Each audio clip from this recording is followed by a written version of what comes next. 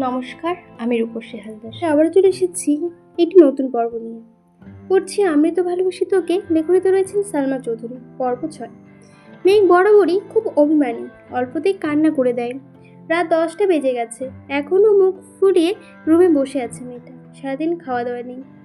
তড়িঘড়ি করে তানভীর বাড়িতে ঢোকে, এসেই মাকে জিজ্ঞাসা করে, মেঘ খেয়েছে? হালিমা খান সহসা উত্তর দিলেন, সন্ধ্যার পর থেকে এত ডাকছি, দরজা তো খুলছেই না। তানভীর আর কথা বাড়ল না, তড়িৎ গতিতে ছুটে গেল বনে দরজার সামনে। প্রথমে আস্তে করে ডাকলো, মেঘের কোনো সাড়া নেই। আচমকা চোয়াল শক্ত করে এক প্রকার চিৎকার দিল, মেঘ তুই এই মুহূর্তে দরজা না খুললে তোর কপালে শনি আছে, বলে দিলাম আমি। মেঘ শোয়া থেকে এক লাফে উঠে বসলো, কয়েক সেকেন্ডে দৌড়ে গিয়ে দরজাটা খুলল। চোখ তুলে তাকানোর সাহস নেই ভাইয়ের দিকে। আজ পর্যন্ত তানভীর মেঘের গায়ে হাত তুলেনি, শুধু ধমকই দেয়। কিন্তু ভাইকে এক বিন্দু বিশ্বাস করে না মেয়ে। কখন আবির ভাইয়ের মতো নাক মুখে নাক মুখে মারবে থাপ্পড় বিশ্বাস নেই। দরজা খুলতেই নরম স্বরে তানভীর বলল, খেতে যা। মেঘ তানভীরের এত নরম স্বরে কোনোদিন শোনেনি, ভাবতেই পারছে না ভাইয়া তাকে এত ভালোবেসে খেতে বলছে। তানভীর, খাওয়া শেষ হলে তোর ফোনটা দিস, তোকে একটা ফেসবুক আইডি খুলে দেব। তানভীরের এমন কথায় মেঘ আহম্মুক বনে গেল। তানভীর ভাই বরাবরই এরকমই, নিজেই ছাড়বে, তারপর নিজে আদর করবে, এটা সেটা কিনে আনবে মেঘের জন্য। কিন্তু আজকের বিষয়টা সম্পূর্ণ ভিন্ন। এত নরম স্বর কখনো শোনেনি এর আগে। নিমিষে এই মনটা খুশিতে ভরে গেল মেঘের। খাবার টেবিলে বসে আপন মনে খাচ্ছে মেঘ। আজকে আর পছন্দের অনেক রেসিপি রয়েছে, একটু একটু করে সব চেক করছে, কিন্তু রাগে ফুসফুস করছে, মেঘের আম্মু হালিমা খান, সন্ধ্যা থেকে যে তোকে এতবার ডাকছি, বের হলি না কেন? ঠিকই তো ভাইয়ের ভয়ে ভয়ে বের হয়ে আসলি, আমাকে কেন কষ্ট দিস? তোকে কি তোকে কে কি বলে 2 দিন 3 দিন পর পর না খেয়ে থাকিস? কিছুদিন পর যে অ্যাডমিশন, না খেলে পড়বি কি করে? আর না পড়লে ভর্তি হবে কিভাবে? তুই ও তোর ভাইয়ের মতো হচ্ছিস? সে সারাদিন ভণ্ডের মতো টুই টুই করে ঘোরে, আর তুই এখন তার ভাব নিচ্ছিস? খেয়ে না খেয়ে রুমে পড়ে থাকিস। আর শোন, মেয়ে মানুষের এত রাগ জেদ ভালো না। তোর এই রাগ জেদ সামলানোর জন্য আমরা সারা জীবন তোর পাশে থাকবো না। এটুকু বলতেই চোখ পড়ে ডাইনিং রুমে দাঁড়ানো আবিরের দিকে। আবিরের চাউনিতে পরিষ্কার রুষ্টতা, শ্যামবর্ণের মুখমণ্ডল কালো দেখাচ্ছে। কড়া কণ্ঠে মামনির দিকে তাকিয়ে প্রশ্ন করল, কি হয়েছে? পুরুষেরই কণ্ঠে আটকে ওঠে মেঘ। হালিমা খান গলা নামিয়ে উত্তর দিল, খায় না ঠিক মতো, পড়াশুনো করে না, কি করব বল ওকে? আবির পূর্বের অভিব্যক্তি বজায় রেখে উত্তর দিল, ওকে কিছু বলো না, কাল থেকে মেঘ টাইম টু টাইম খাবে, একটু এদিক সেদিক হলে সেটা আমি দেখব। আবিরের কথায় খুশি হলো হালিমা খান, কিন্তু মেঘ খুশি হবে নাকি ভয় পাবে এটা বুঝতে পারলো না। এত বছরের অভিমানের পরে মাঝে মাঝে না খেয়ে থাকলে তানভীর এসে ধমকে বা বুঝিয়ে খাওয়াতো, এখন সেই দায়িত্ব নিতে যাচ্ছে আরেকজন পুরুষ। দুইজন মিলে মেঘকে শাসন করবে ভাবতেই মেঘের বুক কেঁপে ওঠে। আবার মনের মধ্যে অন্যরকম প্রশান্তিও কাজ করে মেঘের। আবির ভাই এর মূল্যবান সময়ের মধ্যে 5 মিনিট সময় সে মেঘকে নিয়ে ভাববে, এদিক খুশি খুশি লাগছে মেঘের। তৎক্ষণাৎ মনে পড়ে গেল তানভীর ভাই বলেছিল ফেসবুক আইডি খুলে দিবে। তাড়াতাড়ি খেয়ে রুমের দিকে ছুটল মেঘ। রুম থেকে ফোন নিয়ে ছুটে গেল তানভীর ভাইয়ের রুমে, কিন্তু তানভীর ভাইয়ের রুমে নেই। কিছুক্ষণ অপেক্ষা করলো, কিন্তু কোথাও নেই। মোবাইল নিয়ে নিজের রুমে ঢুকতে যাবে, হঠাৎ শুনতে পেল তানভীর ভাইয়ের কণ্ঠ, কিন্তু কোথায় আছে? বাধ্য হয়ে মেঘ জোরে ডাক দিল, ভাইয়া। তানভীর পাশে রুম থেকে উত্তর দিল, আবির ভাইয়ের রুমে আছি, আয়। আবির ভাই নামটা শুনে মেঘের বুকটা হু করে ওঠে। চিন্তায় নিজেকে নিয়ে সহসা সাহস দেয়, চেষ্টা করে, তারপর গুটিসুটি পায়ে হেঁটে দরজায় দাঁড়ালো। তানভীর, ভেতরে আয়। মেঘ, মোবাইলটা দিয়ে যা, তুমি কাজ করো। তানভীর, আরে ভেতরে আয়, বস তুই, তোকেও দরকার লাগবে। মেঘ আর কথা না বাড়িয়ে চুপচাপ খাটের কোণাতে বসলো। আবির নেই রুমে, ওয়াশরুমে আছে মনে হয়। তানভীর ফোন নিয়ে কি যেন করছে। তখনই ওয়াশরুম থেকে বের হলো আবির। মেঘের দৃষ্টি পড়ে সেদিকে। একটা ছাই রঙের টি শার্ট আর একটা ব্ল্যাক ট্রাউজার, ভেজা চুলগুলো থেকে টপ টপ করে পানি পড়ছে। শরীরে টি শার্টটা অনেকটাই ভিজে গেছে। মেঘ টেনে হিচড়ে দৃষ্টি নামিয়ে আনলো। মনে মনে ভাবছে, একটা মানুষ কত কিউট, কিভাবে হয়। যদি পারতাম আমার পড়ার টেবিলে সাজিয়ে রাখতাম, সারাদিন পড়তাম আর দেখতাম, তাহলে আমার মন কখনোই খারাপ হতো না। লোকটা ফর্সা নয়, শ্যামবর্ণ গায়ের রং, কিন্তু দেখতে মারাত্মক সুন্দর। সবচেয়ে মারাত্মক ওর লুক, তাকানো স্টাইল। উফ, যতবার দেখি ততবার নতুন করে ক্রাশ খাই। আবির ভাই খাটের ওপর থেকে পাশের মোবাইল হাতে নিয়ে বসেছেন। তানভীর ভাইয়া মোবাইলে ফেসবুক অপশন ক্রিয়েট নিউ অ্যাকাউন্টে ঢুকতেই তানভীর ভাইয়ের ফোনে কল আসে। দাঁড়িয়ে পকেট থেকে ফোন বের করে রিসিভ করে কথা বলা শুরু করে।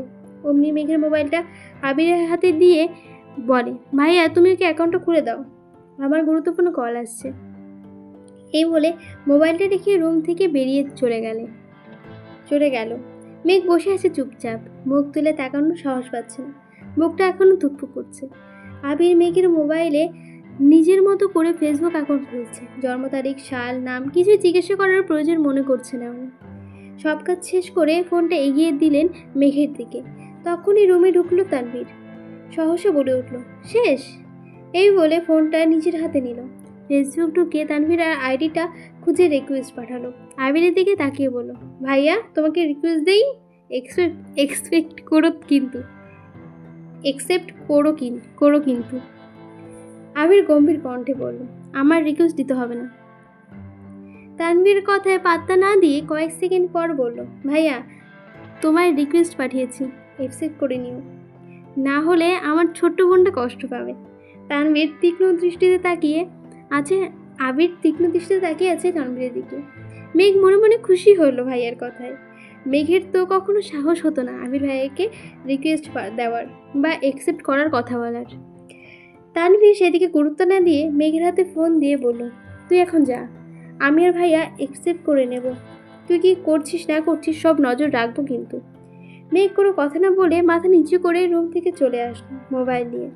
মেঘ রুমে এসে বিছানায় শুয়ে ফেসবুক ঢুকতেই নজরে পড়ল সাজ্জাদুল খান আবির, একসেপ্ট ইয়োর ফ্রেন্ড রিকোয়েস্ট। মেঘ শোয়া থেকে উঠে বসে। মেঘের খুশি দেখে কে? ফ্রেন্ড লিস্টে একমাত্র ফ্রেন্ড, সেটাই আবির ভাই। তার একটা স্ক্রিনশট রেখে দিল মেঘ। মাত্র 5 মিনিট পর একসেপ্ট করলো তানভীর ভাই। আবির ভাইয়ার অ্যাকাউন্টে ঢুকলো। প্রোফাইল পিকটা নতুন, কেনা বাইকে বসা, একদম ওয়াও। কভার ফটো সবুজ ঘাসের মাঝে বাইকটা রাখা, তার সামনে বাইকে হেলান দিয়ে বসে আছে আবির ভাই। ছবিটা, ও মাই গড, ওয়াও। সবগুলো ছবি দেখে ডাউনলোড করে রাখছে মেঘ। যত দেখছে ততই পাগল হচ্ছে মেয়েটা। মনে হয় পাবনা যেতে বেশি দেরি লাগবে না। তারপর মোবাইল রেখে ঘুমানোর চেষ্টা করলো। চোখ বন্ধ করতেই চোখের সামনে ভেসে উঠছে একটার পর একটা স্টাইলিশ ছবি। কখন যেন ঘুমিয়ে পড়েছে মেয়েটা। আজ শনিবার, আবিরের অফিসে যাওয়ার দিন। সকাল সকাল উঠে শাওয়ার নিয়ে ফিটফাট হয়ে রেডি হয়ে পড়েছে আবির। 7:30 বাজে মাত্র। নিজের রুম থেকে বের হয়ে করিডোর দিয়ে দ্রুত হাঁটছে। হঠাৎ মেঘের দরজার সামনে এসে দাঁড়িয়ে দরজায় ডাক দেয়। দুবার ডাকতেই ঘুমন্ত মেঘ ঘুমে টলতে টলতে দরজা খোলে। সামনে দাঁড়িয়ে আছে আবির ভাই। নিজের চোখকে যেন বিশ্বাস করতে পারছে না। প্রথমে ভেবেছে এটা স্বপ্ন, তারপর এদিক সেদিক তাকিয়ে বুঝলো এটাই বাস্তব। আচমকায় ভেবে আবিরকে দাঁড়াতে দেখে ভ্যাবাচেকা খেলো মেয়েটা। মেঘের চেহারার নিদ্রিত ভাবটা লেপ্টে আছে এখন। আবির পূর্ণ দৃষ্টিতে পরখ করলো অষ্টাদশীর রাঙা মুখ বিবরণতে। তারপর চোখ সরিয়ে নিয়ে বলল, 5 মিনিটের মধ্যে খেতে আয়। পুনরায় দ্রুতগতিতে হেঁটে চলে গেল। আবিরের যথাচিত উপস্থিতি নাড়িয়ে দিয়েছে মেঘের মস্তিষ্ক। হঠাৎ মনে পড়ে গেল 5 মিনিটে নিচে যেতে বলেছে। তৎক্ষণাৎ ছুটলো ওয়াশরুমে। 5 মিনিটের মধ্যেই নিচে উপস্থিত হলো মেঘ। এই সময় মেঘকে খাবার টেবিলে দেখে অবাক হলো সকলে। 2 বছর যাবৎ মেয়েটা সকালে সবার আগে খেয়ে যায়। 2 বছর আগে মেয়েটা সকালে সবার সাথে খায় না। প্রাইভেট থাকলে আগে খায়, আর না হলে সবাই অফিসে যাওয়ার পর স্কুলতে চলে গেলে পরে তারপর কলেজ থেকে এসে খায়। হালিমা খান ছুটে আসলেন মেয়ের দিকে। আয় আয় বস মা, কি খাবি বল। টেবিলে আছে। টেবিলের কাছে আসতেই দেখলো একটা চেয়ারই ফাঁকা আছে, সেটা আবির ভাইয়ের বিপরীতে। কিন্তু এখানে বসার বিন্দুমাত্র পরিমাণ ইচ্ছে নেই তার, কারণ আবিরের আশেপাশে থাকলে মেঘ কেমন যেন একটা ঘুরে থাকে। মন মস্তিষ্ক সব যেন আবিরের নিয়ন্ত্রণে থাকে। কিন্তু কিছু করার নেই, বাধ্য হয়ে বসতে হলো ওই চেয়ারেই। আবির মাথা নিচু করে মনোযোগ দিয়ে খাচ্ছে। মেঘ তখন ঘুমতে টলতে টলতে আবিরকে দেখেছিল রাজপুত্রের মতো, কিন্তু এখন আর সে তাকাতে পারছে না। শীর্ণ বক্ষ ধরফর করছে মেঘের, মনে মনে খুব করে যাচ্ছে একটু তাকিয়ে আবিরকে দেখতে, কিন্তু মনে হচ্ছে কিছু একটা মাথায় চেপে আছে, মুখটা তুলতে পারছে না সে। আলী আহমেদ খান হঠাৎ করে বললেন, মেঘ মা, আজ থেকে তোমার নতুন টিউটর আসবে। সারাদিনতে তুমি বাহিরে থাকবে, তাই তাকে সন্ধ্যার পর আসতে বলেছি। মেঘ চুপচাপ খাবার খাওয়ার চেষ্টা করছে। বুকের ভেতরে যে ঝড় তুফান চলছে তা যেন কেউ বুঝতে না পারে। আবির সবার আগে খাবার শেষ করে বাসা থেকে বের হয়ে গেল। আবিরের পেছনে আলী আহমেদ খান, মোজাম্মেল খান, ইকবাল খানও চলে গেলেন। ইকবাল খান আগে অফিসে জানিয়ে দিয়েছে যেন সাজিয়ে গুছিয়ে রাখে। আবির অফিসের সামনে এসে বাইক পার করে অফিসে ঢুকে গেলে সিকিউরিটি গার্ড বলে ওঠেন, স্যার, আপনার একটু বসতে হবে। বড় স্যাররা না আসলে আপনি ভেতরে যেতে পারবেন না। আবিরের পায়ের রক্ত মাথায় উঠে যাচ্ছে। রেগে কটমট করতে করতে ওয়েটিং রুমে বসে আছে সে। 10 মিনিটের মধ্যে অফিসে ঢুকলেন 3 ভাই। আবির তখনও বসেই আছে। কিছুক্ষণ পর সিকিউরিটি গার্ড এসে তাকে ডাকলেন, স্যার, আপনাকে ভেতরে যেতে বলছে। আবির নির্ভীক ভঙ্গিতে হেঁটে ভেতরে চলে গেল। অফিসের ভেতরে ফুল দিয়ে সাজানো। ঢুকতেই সবাই হাততালি দিয়ে কংগ্রাচুলেশন জানাচ্ছে আবিরকে। 2-1 জন ছবি তোলায় ব্যস্ত। বাবা চাচা 3 জন আর আবির মিলে একটা কেকও কাটলো। 3 ভাইয়ের তো আজকে খুশির দিন। বংশের বড় ছেলে তাদের কোম্পানির হাল ধরতে যাচ্ছে। এর থেকে বড় পাওয়া আর কি আছে। তানভীরের মতো আবির যদি মুখের উপর বলে দিত, আমি ব্যবসা সামলাবো না, তখন তো কিছুই করার ছিল না। আবির যেহেতু মেনে নিয়েছে, এতেই হবে। ঘণ্টাখানেক হলো আবির অফিসে এসেছে। এরই মধ্যে চাচু ইকবাল খান ভাতিজাকে সব কাজকর্ম বুঝিয়ে দিতে ব্যস্ত। অন্যদিকে আলিম আহমেদ খান এবং মোজাম্মেল খান আজ আড্ডায় মগ্ন। তাদের মাথা থেকে সব চাপ চলে গেছে। 2 ভাই মিলে চা খাচ্ছে, কোন ছুটি করছে। এত বছরের ব্যবসায়িক জীবনে অবসরের সময় এসেছে এবার। সারাদিন আবিরের ব্যস্ততায় কাটে। প্রথম দিনে অফিস দায়িত্ব বুঝে নেওয়ার বিশাল চাপ। মাঝখানে একবার সময় করে বাবা চাচার সাথে তোলা একটা ছবি ফেসবুকে শেয়ারও করেছিল। 6টায় বাসায় ফিরেছে আবির। এসে শুতে রুমে চলে গেছে। শাওয়ার নিয়ে রেস্ট নিচ্ছে, হয়তো ঘুমিয়ে পড়েছিল। দূর স্বপ্নেই দেখলো কিনা আচমকা উঠে বসলো বিছানায়। আবিরের চোখে মুখে উদ্বিগ্নতা স্পষ্ট। তড়িঘড়ি করে রুম থেকে বের হয়ে নিচে আসলো। পরিস্থিতি স্বাভাবিক। মারিয়া খান এবং হালিমা খান কাজে ব্যস্ত। আদির আম্মু আদিকে নিয়ে পড়াতে বসেছেন। মিমও হয়তো পড়ছে নিজের রুমে। কয়েক মুহূর্ত সোফায় বসে আবার উঠে রান্নাঘরের দিকে গেল। হালিমা খানের দিকে তাকিয়ে ঠান্ডা কণ্ঠে জিজ্ঞাসা করলো, মেঘ কোথায় মামনি? মেঘের টিউটর এসেছে, পড়ার ঘরে পড়াচ্ছে। আবির, ও আচ্ছা, আমায় একটু কফি করে দিতে পারবে? হালিমা খান, একটু অপেক্ষা করো বাবা, এখনই দিচ্ছি। আবির ছোটবেলা থেকেই নিজের মা মালিয়া খানকে আম্মু, তানভীরের আম্মুকে মামুনি আর আদির আম্মুকে কাকিমা ডেকে অভ্যস্ত। এত বছরেও তার ডাকের পূর্বের ন্যায় মিষ্টতা মিশে আছে। সোফায় বসে কফি খাচ্ছে আর মোবাইলে ঘাটাঘাটি করছে। 10 মিনিট পর পড়ার রুম থেকে বের হলো একটা ছেলে। বয়স হয়তো 22 থেকে 23 হবে।